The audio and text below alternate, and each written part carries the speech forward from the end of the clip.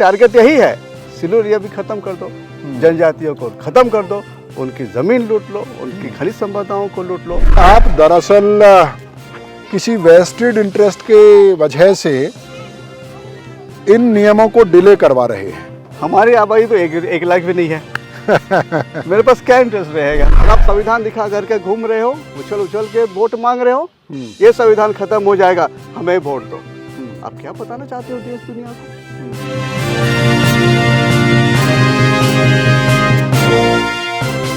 नमस्कार दोस्तों, मैं हूं श्याम सुंदर और आप देख रहे हैं मैं भी भारत। झारखंड को आदिवासी शहीदों की भूमि कहा जाता है। आज़ादी से पहले यानी कि अंग्रेज़ों के ज़माने में आदिवासियों को अपने जल जंगल ज़मीन के लिए संघर्ष करना पड़ा, शहादत देनी पड़ी। तब जाकर CNT यानी कि छोटा नागपुर टेनेंसी एक्ट और SPT यानी संथाल परगना टेनेंसी एक्ट जैसे कानून बने। आज़ादी के बाद भी सूरत बहुत ज़्यादा नहीं बदली। पहले झारखंड बनाने के लिए संघर्ष हुआ और अब झारखंड में आदिवासियों के जल जंगल ज़मीन, उनके पहाड़ नदी और उनकी संस्कृति, भाषा, बोली, उनके जो कस्टमरी लॉ हैं, उनको बचाने के लिए भी आदिवासी को संघर्ष करना पड़ रहा है। ऐसे संघर्ष देश के कई और राज्यों में हुए और इन संघर्षों का ही नतीजा था कि फॉरेस्ट राइट एक्ट जैसे कानून पास हुए, प्रोविजंस ऑफ पेसा 1996 जैसे कानून पास हुए। 10 ऐसे राज्य हैं देश के जिनको कहा जाता है जहां पर शेड्यूल 5 लागू होता है संविधान का, यानी कि वो आदिवासी बहुल क्षेत्र हैं वहाँ पर उन 10 राज्यों में। उन्हीं में से झारखंड एक ऐसा राज्य है जहाँ 1996 में बने इस कानून के नियम अभी तक नहीं बने हैं। इसके लिए लोग काफ़ी लंबे समय से संघर्ष कर रहे हैं और इस संघर्ष का नेतृत्व करने वाले विक्टर माल्तो आज मेरे साथ मौजूद हैं। विक्टर माल्तो साहब, बहुत बहुत स्वागत है आपका। धन्यवाद। ये बताइए कि अब तो बड़ी ज़ोर शोर से चर्चा हो रही है कि पेसा 1996 के रूल्स फ्रेम हो रहे हैं झारखंड में। आप खुश होने के बजाय दुखी क्यों हैं? आपका संघर्ष एक मुकाम पर पहुंच रहा है। यहाँ मैं अकेला नहीं हूँ जी। हम एक रजिस्टर्ड संस्था से जुड़े हुए हैं जी। आदिवासी बुद्धिजीवी मंच, हाँ जी। जो भारत के संविधान के प्रावधानों को, विशेषकर 5वीं अनुसूची के प्रावधानों को, पेसा 1996 के प्रावधानों को लागू कराने के लिए ये हमने संगठन बनाई, रजिस्टर्ड है जी। और हम लोग ये आंदोलन आज से नहीं कर रहे हैं जी। ये आंदोलन 1995 से चल रहा है जी। जब झारखंड बिहार में था जी। और बिहार सरकार ने पंचायत राज के प्रावधानों को अनुसूचित क्षेत्र पर विस्तार किया। अच्छा। तब हमारे डॉक्टर वासुदेव बेसरा, जो माझी परगना के अध्यक्ष थे जी, उन्होंने माननीय पटना हाईकोर्ट में रिट फाइल किया कि पार्ट 9 के प्रावधान अनुसूचित क्षेत्र पर लागू नहीं होंगे, माने पंचायत राज अधिनियम 1993 यहाँ लागू नहीं होंगे। तब अच्छा। माननीय न्यायालय ने 22 दिसंबर को खारिज कर दिया अच्छा, बिहार पंचायत राज एक्ट को कि नहीं, पार्ट 9 के प्रावधान यानी ग्राम पंचायत के प्रावधान अनुसूचित क्षेत्र पर लागू नहीं होंगे। इसी तरह का केस अर्का बसंत राव के मामले में भी आया था आंध्र प्रदेश माननीय उच्च न्यायालय के द्वारा जी। तब संसद को यह बाध्य होना पड़ा कि आदिवासी पंचायतों के प्रावधानों को अपवादों और उपांतरण के तहत अनुसूचित क्षेत्र पर विस्तार किया जाए। अच्छा। तब माननीय संसद ने एक विशेष अधिनियम बनाया अनुच्छेद 243(m)(4)(b) के तहत जी, जिसका नाम है the provisions of the panchayat extension to the schedule area act, जिस पर माननीय राष्ट्रपति महोदय ने 24 दिसंबर 1996 को सम्मति दे दी। तब गजट प्रकाशित हुआ जी। ये दिक्कत कहाँ है हम लोगों को, हम आदिवासी बुद्धिजीवियों को? जी, मैं वही समझने की कोशिश कर रहा हूँ कि जिस कानून के नियमों के बनवाने के लिए आप इतने लंबे समय से संघर्ष कर रहे हैं, जब वो नियम बना रही है सरकार, तो आप नाराज़ हैं, आप अभी भी शिकायत के मोड में हैं, क्यों? नहीं, ऐसी बात नहीं है। हम क्यों नाराज होंगे? हम तो सरकार का मार्गदर्शन कर रहे हैं। हम लोग तो संविधान के साथ खड़े हैं, संसदीय अधिनियम के साथ खड़े हैं कि जो प्रोविजंस का जो विस्तार हुए हैं, 23 प्रोविजंस के जो विस्तार हुए हैं, जो अपवादों और उपांतरणों के तहत विस्तार हुए हैं, अनुसूचित क्षेत्रों के प्रशासन और नियंत्रण के लिए विस्तार हुए हैं, जिसमें हम जनजातियों की भाषा, संस्कृति, रीति रिवाज, परंपरागत स्वशासन व्यवस्था को प्रिजर्व करते हुए जी यहाँ के आदिवासी मूलवासियों का सोशियो इकोनॉमिक डेवलपमेंट हो। लेकिन उद्देश्य यही है। लेकिन सरकार भी तो यही कह रही है ना, सरकार कह रही है कि आप जो चाहते हैं, जिस मांग को लेके आप अदालत गए, वही बिल्कुल हम वही काम कर रहे हैं, वैसे ही नियम बना रहे हैं, जिससे आदिवासी संस्कृति, आदिवासी संसाधन, जल जंगल ज़मीन, ग्राम सभा को मजबूत करना, ये सब हम लोग कर रहे हैं। हम आपको याद करा दें जी कि अनुसूचित क्षेत्रों में जी पंचायत राज व्यवस्था और नगर पालिकाओं की व्यवस्था पर संवैधानिक रोक लगे हैं। तो संसदीय अधिनियम पी पैसा 1996 को पढ़ने के साथ साथ हमें दिमाग में रखनी है कि अनुसूचित क्षेत्र में पंचायत राज व्यवस्था भी नहीं होंगे और नगर पालिकाओं की व्यवस्था ही नहीं होंगे, क्योंकि पंचायत राज व्यवस्था होने से हमारी रूढ़िवादी व्यवस्था खत्म होती है और नगर पंचायत होने से आपने जो कहा ना, CNT act, SPT act, Wilkinson rule, ये सभी निष्क्रिय होते जाएंगे और बाहरी आबादी, अनुसूचित क्षेत्र के बाहर से लोग आकर के हमारी आबादी को कम करेगी, हमारे विकास को रोकेंगे, हमारे विकास की राशि पर बंदरबाट करेंगे, हमारी नौकरी को लूटेंगे। तो जो प्रस्तावित नियम हैं, जो सरकार की तरफ से प्रस्तावित नियम हैं, उन पर तो काफ़ी चर्चा हुई होगी, सुझाव भी मांगे गए होंगे, उसके बाद ही शायद फाइनल हुए होंगे। तो क्या उन नियमों में ये सब प्रावधान नहीं है जिनकी आप बात कर रहे हैं?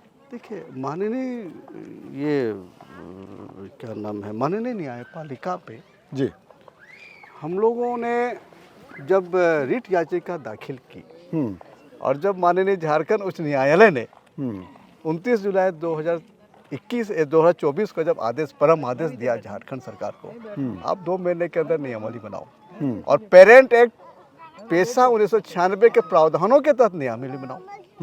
2 महीने गुजर गए, अभी तक सरकार की ओर से किसी भी तरह का बयान नहीं आया है। आपको हम याद दिला दें।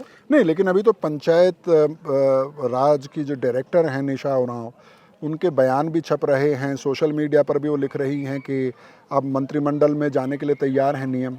हम क्षमा चाहेंगे, क्योंकि मैं सोशल मीडिया में नहीं रहता हूं। हाँ जी, और मुझे विश्वास भी नहीं है जी। अगर सरकार वाकई में गंभीर है जी तो माननीय न्यायालय को लिखित रूप में जवाब देना चाहिए और अविलंब पी पैसा 1996 की धारा 3, धारा 4, धारा 4D, धारा 4M, धारा 4O के तहत अनुसूचित क्षेत्रों पर क्रमशः स्वशासित जिला परिषद और निचले स्तर पर आदिवासी ग्राम सभा की स्थापना अविलंब की जाए, जिनके पास 7 शक्तियां होगी, जिसे ही हम अपवादों रूपांतरण कहते हैं। सरकार ये 7 शक्तियां देना नहीं चाहती है। अच्छा, इन 7 शक्तियों पे आएंगे जी, लेकिन पहले ये बताइए, आप पी पैसा कह रहे हैं, पी पैसा 1996 जी, लेकिन आपके जैसे और भी कई लोग हैं जिनके मन में ये आशंका है कि जो नियम बनाए जा रहे हैं सरकार की तरफ से, वो शायद पैसा 1996 के भावना के अनुरूप नहीं हैं, उनके प्रावधानों के अनुरूप नहीं हैं। वो ये कहते हैं कि आप जब पी पैसा कहते हैं तो आप मामले को उलझा रहे हैं। पैसा 1996 या पी पैसा 1996 में कोई बहुत फर्क नहीं है। फर्क है, यह प्रोविजंस का विस्तार हुआ है ना। सरकार प्रोविजंस को छिपा दी। पी पैसा 1996 से सरकार पहले पी छिपा दी, मैंने प्रोविजन छिपा दी, उसके बाद 1996 भी गायब कर दी। अभी तो सिर्फ पैसा बचा हुआ है और आने वाले समय में SA भी गायब हो जाएगा, मैंने शेड्यूल एरिया गायब हो गया हो जाएगा। अभी आप देखेंगे, अभी लोगों ने पैसा क्षेत्र लिखना शुरू किया है। क्या है पैसा क्षेत्र? आगे टारगेट यही है, शेड्यूल एरिया भी खत्म कर दो, जनजातियों को खत्म कर दो, उनकी ज़मीन लूट लो, उनकी खनिज संपदाओं को लूट लो, उनकी नौकरियां बाहरियों को बेच दो। जानते हैं कि आदिवासी में तो अभी भी 42% लोग गरीबी के नीचे गरीबी रेखा के नीचे रह रहे हैं। उन्हें इंग्लिश नहीं आती है, वो ठीक से पढ़ नहीं पाता है, कानूनी दावपेच वो नहीं समझ पाते हैं। जब टाइटल ये है कि the provisions of the panchayat extension to schedule area act, तो हम पूरा नाम ना कहेंगे। जब पूरा टाइटल है और शॉर्ट टाइटल के रूप में गजट में लिखा हुआ है तो हम गजट की बात करेंगे। अब जो आप कहते हैं कि आप पेशा पे क्यों नहीं सहमत हैं? हाँ, पेशा कहने से सीधा अर्थ लगाया जाता है पंचायत राज एक्सटेंशन टू शेड्यूल एरियाज। अगर पंचायत राज यहाँ हम ले लेंगे, अलाउ करेंगे, तो यहाँ नगर पालिका भी हो जाएंगे। जबकि मेरा सवाल है उन तमाम लोगों से, सरकार में बैठे हुए लोगों से, संवैधानिक पदों में बैठे लोगों से, या जो अपने आप को पेशा एक्टिविस्ट कहते हैं, अगर माननीय संसद ने पी पेशा को पंचायत राज व्यवस्था के लिए बनाया है तो उनसे मेरा सवाल है कि तब पी मेसा क्यों नहीं बना? पी मेसा बिल 2001 से पेंडिंग है, तो उनको समझना चाहिए। तो उन्होंने पी हटा करके पंचायत राज को स्टैब्लिश करना चाहते हैं ताकि आदिवासियों के जमीन को बचाने के लिए जो कानून है, टेनेंसी एक्ट है, उसके जगह पे वो नगर पालिका ला करके उसे खत्म कर दें। लेकिन पंचायत विभाग की तरफ से जो कहा जा रहा है, सरकार की तरफ से जो कहा जा रहा है, जो पब्लिक डोमेन में जो बातें आ रही हैं, वो ये कह रहे हैं कि विक्टर माल्तो बहुत अड़ियल रुख अपना रहे हैं। वो बहुत मामूली चीज़ों को बड़ी बनाने की कोशिश कर रहे हैं। दरअसल झारखंड पंचायती राज एक्ट 2001 या फिर पेशा 1996, इन सब को लेके कन्फ्यूज़न क्रिएट करने की कोशिश हो रही है। दरअसल बात एक ही है, मूल भावना ये है कि आदिवासी संस्कृति को बचाना है, ग्राम सभा को मजबूत करना है। इसमें मैं कहना चाहूँगा कि जिस अधिनियम 2001 को, जिस झारखंड पंचायत राज अधिनियम 2001 को सरकार पी पेशा 1996 के अनुरूप मानती है, वास्तव में ये पंचायत राज अधिनियम का ही कानून है जी, और वह बिहार पंचायत राज अधिनियम 1993 का ही यह दूसरा रूप है। अच्छा, हाँ, इसमें क्या है कि झारखंड पंचायत राज अधिनियम 2001 में कहीं भी संसदीय अधिनियम 1996 का जिक्र नहीं है।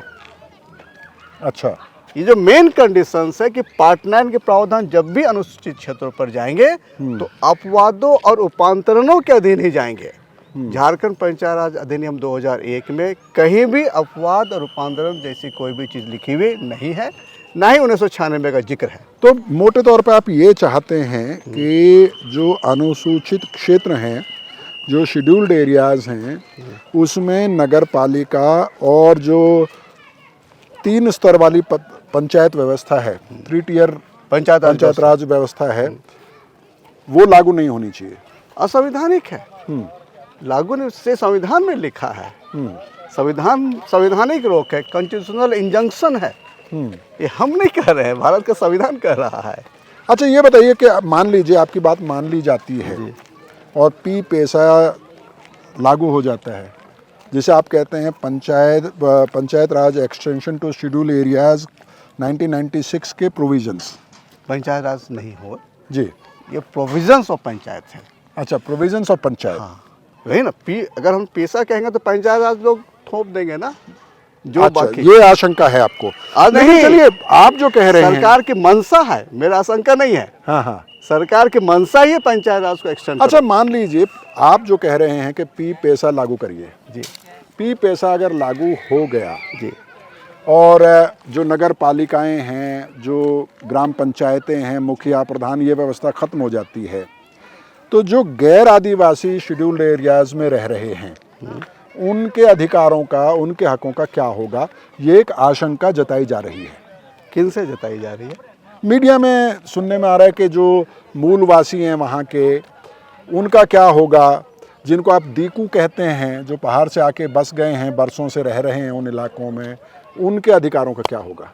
मैं दीकू शब्द का इस्तेमाल अभी तक तो नहीं किया हूँ। नहीं, आपने तो नहीं किया है, लेकिन आमतौर पर कहा जाता है। ये शेड्यूल एरियाज है ना जी, शेड्यूल एरियाज के जो नोटिफिकेशंस आए झारखंड में जी, 11 अप्रैल 2007 को, उसमें जो जनजातीय मंत्रालय के जो फॉरवर्डिंग लेटर्स है जी, उसमें लिखा है, this notifications shall be brought to the concerned authority, shall be brought to the notice of all concerned authority, so that the people living in the scheduled areas may get the protection of the provisions of 5th schedule.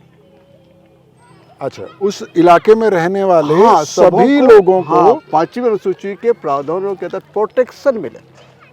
तो आप ये कह रहे हैं कि इसमें जो गैर आदिवासी हैं उनको भी डरने की ज़रूरत नहीं एकदम है। जरूरत नहीं है, क्योंकि उनको भी यहाँ जो ऑटोनोमस काउंसिल मिलेंगे जी उन्हें भी साथ अधिकार मिलेंगे।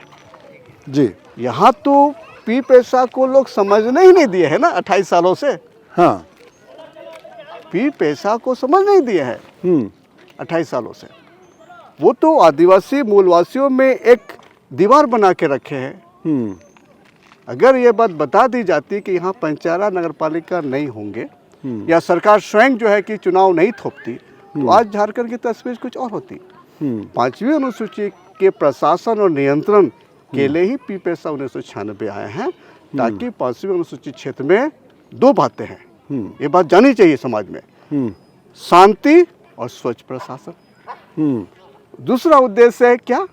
कल्याण और उन्नति। चूंकि संवैधानिक प्रावधानों का उल्लंघन हुए हैं आज़ादी के बाद से ही, पी पैसा आने के बाद भी, इसलिए अनुसूचित क्षेत्र में कहीं शांति नहीं है, कहीं स्वच्छ प्रशासन नहीं है, ना ही यहाँ के लोगों के कल्याण है, ना ही उन्नति है। अच्छा, ये बताइए विक्टर साहब कि चाहे केंद्र सरकार हो चाहे राज्य सरकार हो, आदिवासियों की खूब चर्चा हो रही है, आदिवासी अधिकारों की बात हो रही है। प्रधानमंत्री नरेंद्र मोदी खुद यहाँ पर आए थे, जनजातीय गौरव दिवस पर पीएम जनमन जैसी योजना का उन्होंने लॉन्च किया। झारखंड में आदिवासियत के सवाल पर ही हेमंत सोरेन लौट के आ पाए। एक बड़ा कारण उसका ये माना जाता है कि आदिवासियत का मुद्दा उन्होंने बहुत ज़ोर शोर से उठाया। उसमें उन्होंने कई वादे किए जो आदिवासियों से जुड़े हुए थे, और उसमें शायद ये मांग भी थी जिसकी आप बात कर रहे हैं कि हम लोग पैसा लागू करेंगे यहाँ पे। क्यों आपको ये भरोसा नहीं हो रहा है सरकार की नीयत पे कि वो एक्चुअली ऐसे नियम बनाएंगे जिससे आदिवासियों का विकास होगा? देखिए, आपने कुछ बातें रखी। हमारे देश के माननीय प्रधानमंत्री थे वाजपेयी साहब। उन्होंने जनजाति कल्याण मंत्रालय की स्थापना कराई जी। उन्होंने जनजाति आयोग, राष्ट्रीय जनजाति आयोग की स्थापना की। उनके ही शासनकाल में आपके राज्य का गठन हुआ, झारखंड राज्य का गठन हुआ। उन्हीं के शासनकाल में माननीय द्रौपदी मुर्मू जी को झारखंड का गवर्नर बनाया गया। आज वो देश के राष्ट्रपति हैं। उनके विचारधाराओं के द्वारा ही आदरणीय बाबूलाल जी झारखंड के पहले मुख्यमंत्री बनाए, और बाद में हमारे माननीय रघुवर दास जी आए। उन्होंने जनजातियों के लिए, आदिम जनजातियों के लिए सरकारी नौकरियों में व्यापक नियुक्ति कराई। आज पिछले 6 सालों में, 5.5 सालों में तमाम बेक लोग पड़े हैं, बेरोजगारी है, विज्ञापन निकाले जाते हैं, रिजल्ट आते आते वो विज्ञापन रद्द हो जाते हैं। आदिवासी बच्चे, मूलवासी बच्चे अनाज बेच करके, बकरी बेच करके, मुर्गा बेच करके, लोन लेकर के फॉर्म भरते हैं और विज्ञापन रद्द हो जाता है। आज जितने संवैधानिक संस्थाएं हैं उसमें वैसे लोगों को अपॉइंट कर दिया जाता है जिनसे बचाने के लिए झारखंड राज्य का गठन हुआ है। सीधी सी बात। आज सरकार के इर्द गिर्द वैसे लोग बैठे हैं जिनके आक्रमण से बचाने के लिए हमारे झारखंड राज्य का गठन हुआ है। उन्हीं विचारों से लड़ने के लिए हमारे यहाँ के हमारे पूर्वज शहीद हुए। आज बात सिर्फ संसदीय अधिनियम पी पैसा 1996 की नहीं है। राज्य में 5वीं अनुसूचित क्षेत्र के लिए जनजाति आयोग का भी गठन नहीं हुआ। तो मान लीजिए पी पैसा अगर लागू हो जाता है तो किस तरह से आदिवासी इलाकों की तस्वीर बदल सकती है? देखिए, सबसे पहली बात है कि उनका सामाजिक आर्थिक सशक्तिकरण की शुरुआत होगी। पी पैसा के द्वारा हमारे ट्रैवल सप्लान के पैसे, डीएमएफटी के पैसे पिछले साल पूरे 13 राज्यों में लगभग 95,000 करोड़ रुपए आए। झारखंड राज्य में 31 जुलाई 2024 तक 13,326 करोड़ रुपए आए, जो पी पैसा के द्वारा गठित आदिवासी ग्राम सभा के द्वारा अप्रूव किए जाते। क्योंकि यहाँ पी पैसा की ग्राम सभा नहीं है ना, तो पी पैसा की ग्राम सभा नहीं है, वो executive DC, executive engineer, DDC, MLA MP के प्रतिनिधिगण, इन लोग के द्वारा पैसे का तो नौकरशाहों के कब्जे में है, कह सकते हैं। डीएमएफटी को थोड़ा सा एक्सप्लेन कर दें। DMFT district mineral fund trust. अच्छा, जो मतलब खादानें चलती हैं, जो हाँ। माइनिंग होती है, हाँ, उसका जो एक परसेंटेज दिया जाता है 30% आता है। आदिवासियों के विकास के लिए, हाँ, विस्थापितों के अफेक्टेड विकास, माइनिंग एरिया में जो अफेक्टेड पीपुल है उनके राहत के लिए खर्च किया जाना है। हो क्या रहा है, यहाँ चौक चौराहे में सीसीटीवी कैमरे लगाए जा रहे हैं, स्ट्रीट लाइट लगाए जा रहे हैं, मूर्ति लगाई जा रही है, पार्क का सुंदरीकरण हो रहा है, सिविल सर्जन के ऑफिस में डॉक्टरों का पेमेंट हो रहा है। हाँ। क्या है ये सब? इतनी बड़ी आबादी आज यहाँ है कि गर्भवती महिलाओं को, वृद्धों को टूटी खाट में ले जा रहे हैं हॉस्पिटल। वहाँ कोई वेलकम करने वाला नहीं है हॉस्पिटल में। यहाँ साइकिल पे, ठेला पे डेड बॉडी ले जा रहे हैं घर। सिर्फ आदिवासी नहीं, मूलवासी भी शामिल है। और आपको नियमावली बनाने में तकलीफ हो रही है। अच्छा, ये बताइए कि आपका इतना लंबा अनुभव है जी, और राज्य में आपका नाम सम्मान से लिया जाता है कि आपने काफ़ी काम किया है इस दिशा में, तो क्या आपसे सलाह नहीं ली गई, क्या आपको अवसर नहीं दिया गया सरकार की तरफ से कि आप अपना अनुभव बताएं, आप अपने सुझाव या ऑब्जेक्शंस बताएं? आज तक तो नहीं लिया गया है, जबकि शुरू से आदिवासी बुद्धि मंच पत्राचार करता रहा है। इस संबंध में माननीय मुख्यमंत्री को कई बार चिट्ठी दी गई है, रिसीविंग हमारे पास है। माननीय राज्यपाल महोदय को भी दे दिया गया है, केंद्रीय पंचायत सचिव को भी दिया गया है, राष्ट्रपति कार्यालय को भी दे दिया गया है। कहीं भी हम लोग रुके नहीं। लेकिन जो निदेशक पंचायत हैं आपके राज्य में, उन्होंने ये कहा है कि ये पब्लिक डोमेन में रखा गया था और सुझाव आए थे, एक विधायक ने शायद सुझाव दिया था, कुछ कार्यकर्ता, सामाजिक कार्यकर्ताओं ने भी सुझाव दिया, और जो माने जाने लायक सुझाव थे वो मान लिए गए, जो नहीं माने जा सकते थे उनको रिजेक्ट कर दिया। देखिए, मैंने कहा ना, हाँ, मामला न्यायपालिका में है, आपको न्यायपालिका में जवाब देना है ना। जब इन लोगों ने मैंडेमस के बाद भी, समय बीत जाने के बाद जब नियमावली लागू नहीं किया और केंद्रीय पेशा इंचार्ज के चिट्ठी आने के बावजूद भी इन लोगों ने किसी भी तरह का शुरुआत नहीं किया, माननीय केंद्रीय जनजाति मंत्रालय के कार्यालय से चिट्ठी आने के बाद भी किसी भी तरह का हमारे साथ पत्राचार नहीं किया गया, तब हम लोगों ने सरकार और उनके 5 अधिकारियों के खिलाफ contempt of court petition high court में दायर किया है। कंटेम ऑफ कोर्ट एक्ट 1971 के तहत पिटीशन दायर किया है। जी। अच्छा, एक और बात बताइए, आप जैसे इस कानून को लागू कराने के लिए संघर्ष कर रहे हैं, और जिस तरह से आपको कुछ आशंकाएं हैं जो नियमावली बन रही है उसको लेकर, और भी कई लोग हैं जो इस तरह की आशंकाएं प्रकट कर रहे हैं, लेकिन आप जैसे लोगों पर आरोप ये लग रहा है कि आप दरअसल किसी वेस्टेड इंटरेस्ट के वजह से इन नियमों को डिले करवा रहे हैं। हमारी आबादी तो एक लाख भी नहीं है। मेरे पास क्या इंटरेस्ट रहेगा? पहाड़ी आदिवासी समुदाय, जनजाति समुदाय का। हाँ, सॉरी, 1 लाख भी आबादी हमारी नहीं और आपका समुदाय पीवीटीजी में आता है? 9 है झारखंड में, पूरे देश में 95 है, 75 है। जी जी, पूरे देश में 75 पीवीटीजी हमारे 9 झारखंड में है। झारखंड में 9 है, उनमें से एक है आपका। जी, हमें ये कहना है आपके माध्यम से संवैधानिक संस्थाओं में बैठे तमाम माननीय व्यक्तियों से जी कि यहाँ पी पैसा के जो 23 प्रोविजंस है उन्हें लागू करें।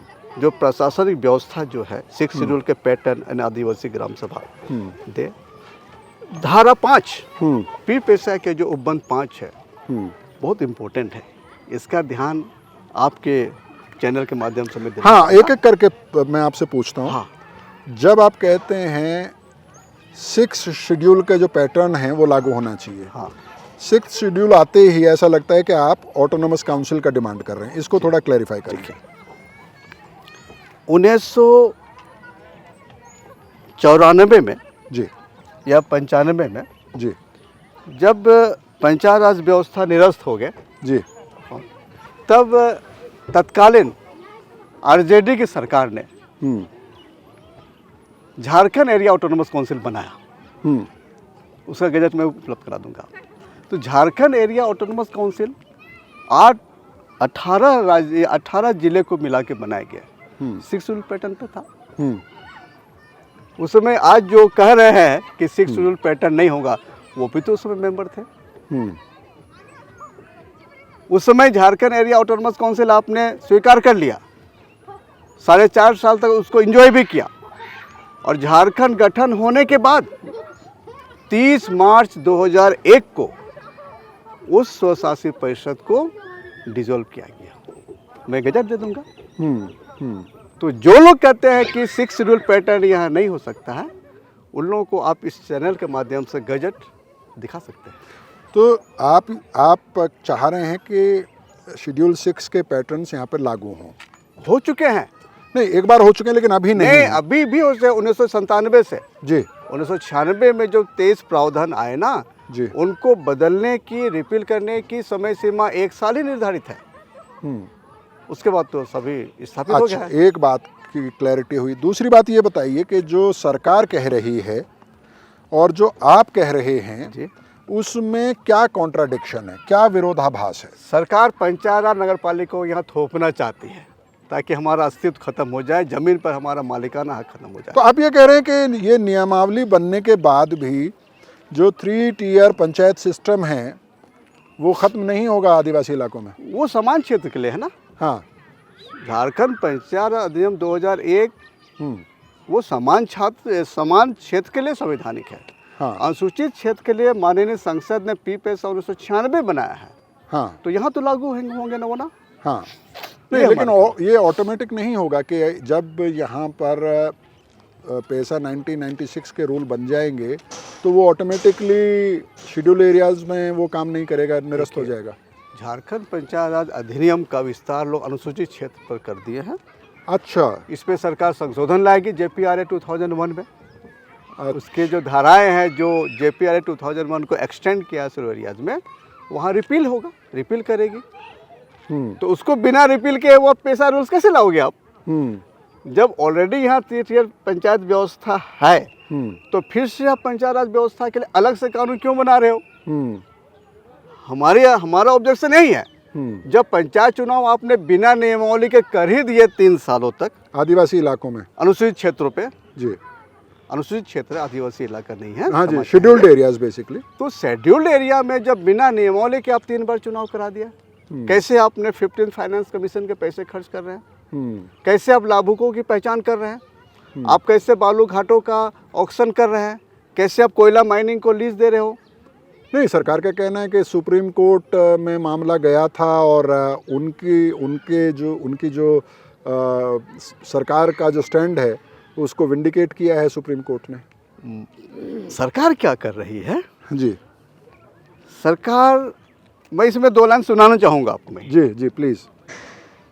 जब शासक अपनी सफलताओं को ना बताकर दूसरों में दोष ढूंढने लगता है, तब समझ जाना चाहिए कि वो शासक अपनी असफलताओं को छुपाने के लिए जगह ढूंढ रहा होता है।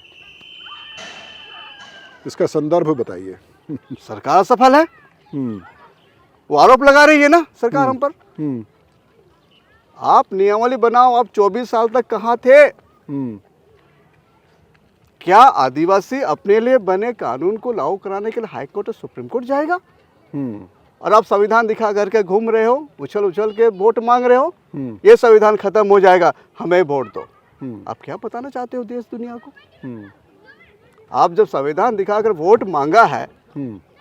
तो आप पी पैसा क्यों नहीं लागू करते हो? संविधान का सम्मान भी करें, जहां आपकी जिम्मेदारी है वहां लागू करें। ये जो पी पैसा एक्ट 1996 है, हम्म, इसमें फिर मैं 2 लाइन बोलना चाहूँगा। जी। It is not only an act, hmm, the P PESA 1996 is not only an act, but it is the extension of the constitution hmm, within the provisions of constitution of India. Hmm. अब आप कहेंगे कि इसको थोड़ा सा सरल तरीके से बता दीजिए। हाँ। हाँ, आई। 5th शेड्यूल में जो 3 बातें थी, जी। जनजातीय सलाहकार परिषद हम्म, सलाह देगा माननीय गवर्नर महोदय को, हम्म, उस सलाह को गवर्नर महोदय राष्ट्रपति को भेजेंगे हम्म, ताकि उस विषय पर रेगुलेशंस बन सके, नियमावली बन सके। हम्म, तो वो जो 3 विषय था, हम्म, जनजातियों को जमीन का आवंटन, हम्म, जनजातियों के जमीन का हस्तांतरण हम्म, और सूदखोरों पर हम्म, नियंत्रण, ये तीनों विषय तो पी पैसा के ग्राम सभा को आ गए ना। हम्म, तो ये तो संविधान का ही विस्तार है हम्म, और आप इसको अपनी लागू कर रहे हो। हम्म, जो 7 शक्तियाँ हम्म, आदिवासी ग्राम सभा को है, हम्म, वही शक्तियाँ जिले के स्तर पर स्वशासी जिला परिषद को भी प्राप्त है। हम्म। और ये स्वशासी जिला परिषद ही नगर पालिका के कार्यों का संचालन करेगा। ठीक। इसलिए माननीय संसद ने नगर पालिका के प्रावधानों को अनुसूचित क्षेत्रों पर विस्तार नहीं किया। तो एक और सवाल है।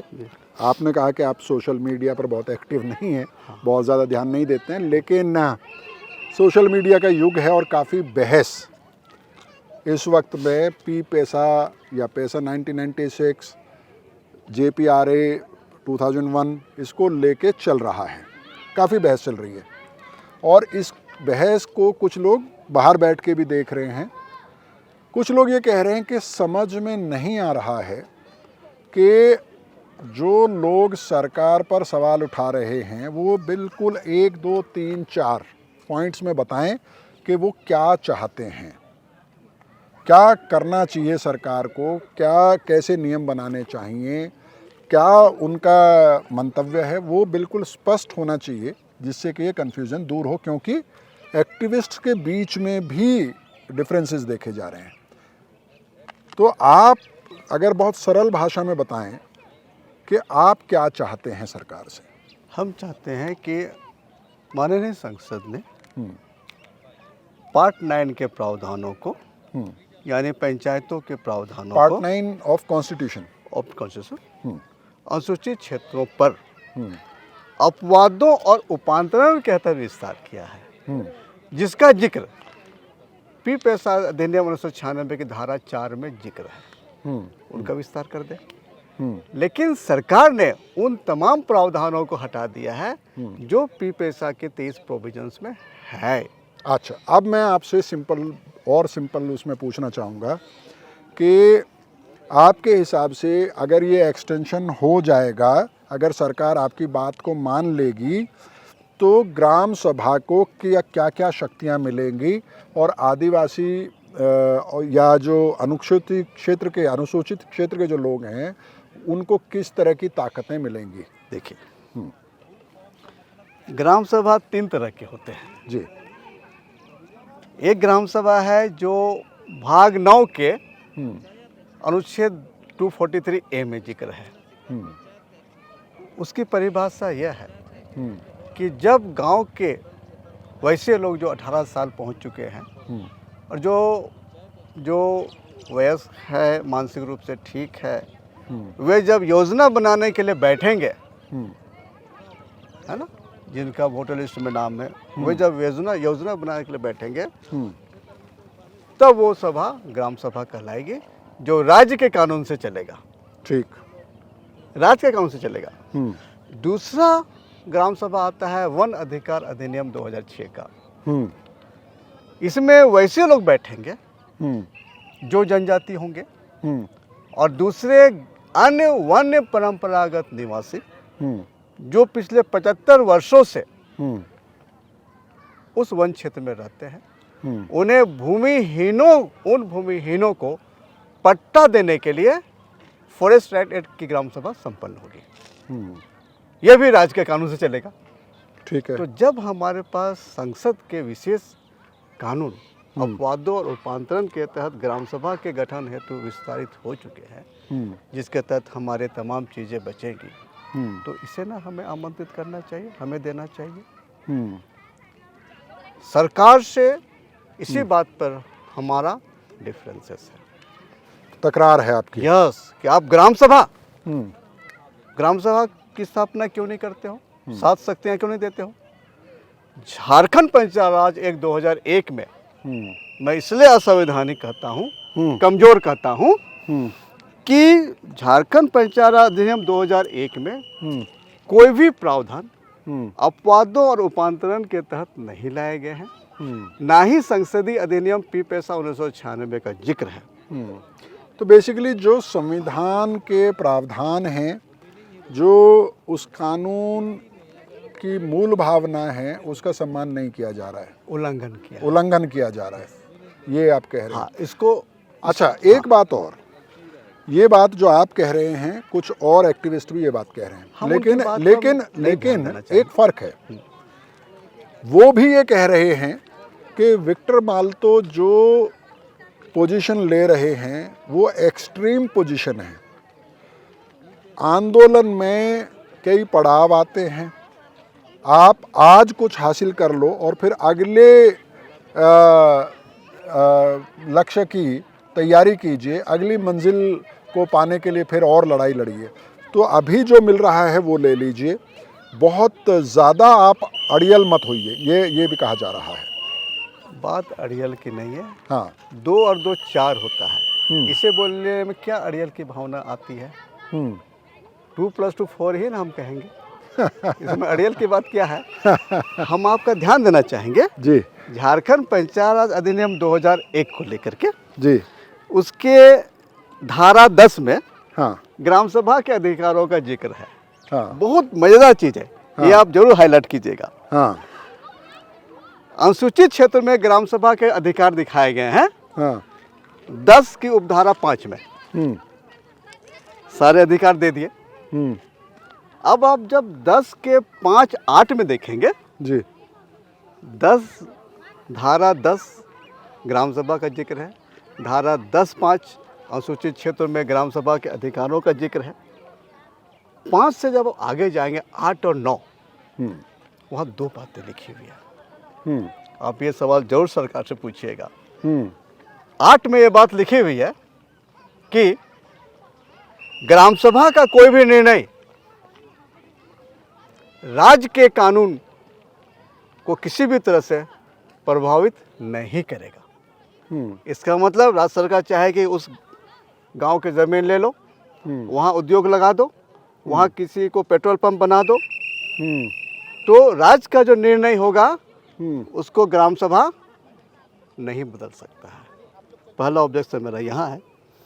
दूसरा है 9 में धारा 10 का 5 का उपधारा 9 कहता है कि राज्य सरकार ग्राम सभा के किसी भी अधिकार को वापस ले लेगी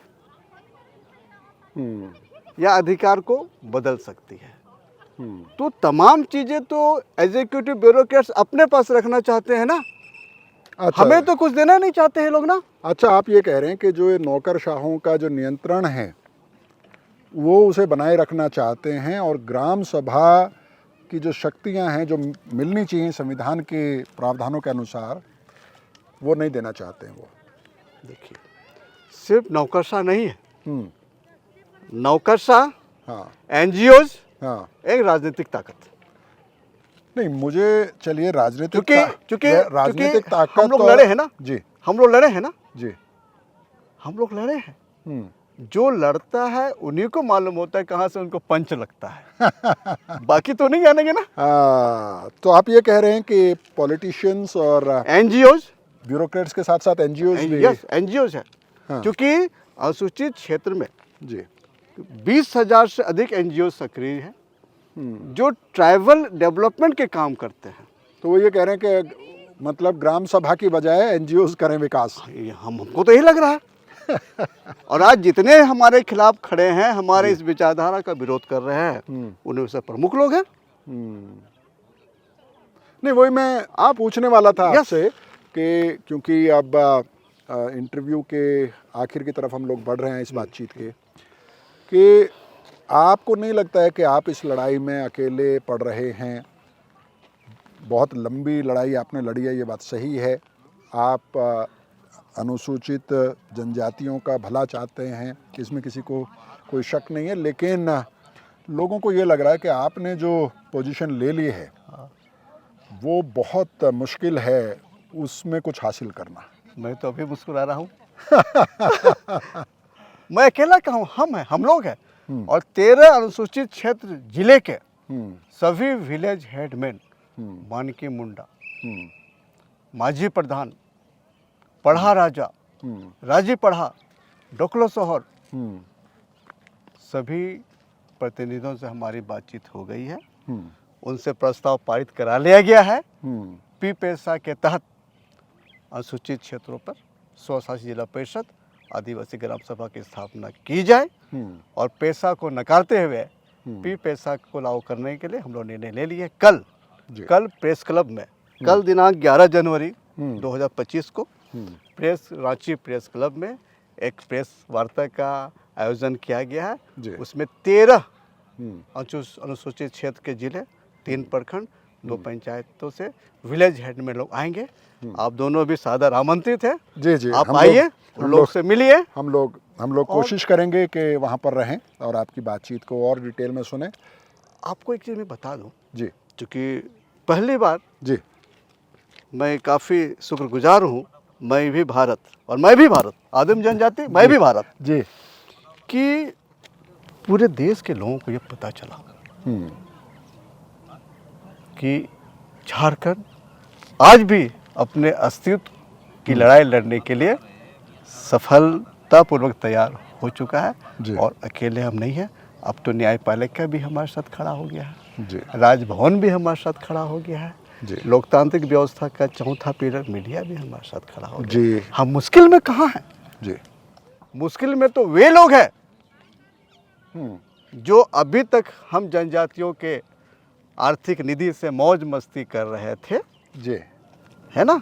जी, परेशानी उनकी है। आज झारखंड के सभी बड़े बड़े शहरों में आदिवासी बच्चियां हर घर में दाई नौकरानी का काम कर रही है, हर दुकानों में, होटलों में काम कर रही है। सुबह सुबह हर चौक चौराहे में 15 साल से 50 साल की महिलाएं खड़ी हो जाती है मजदूरी के लिए।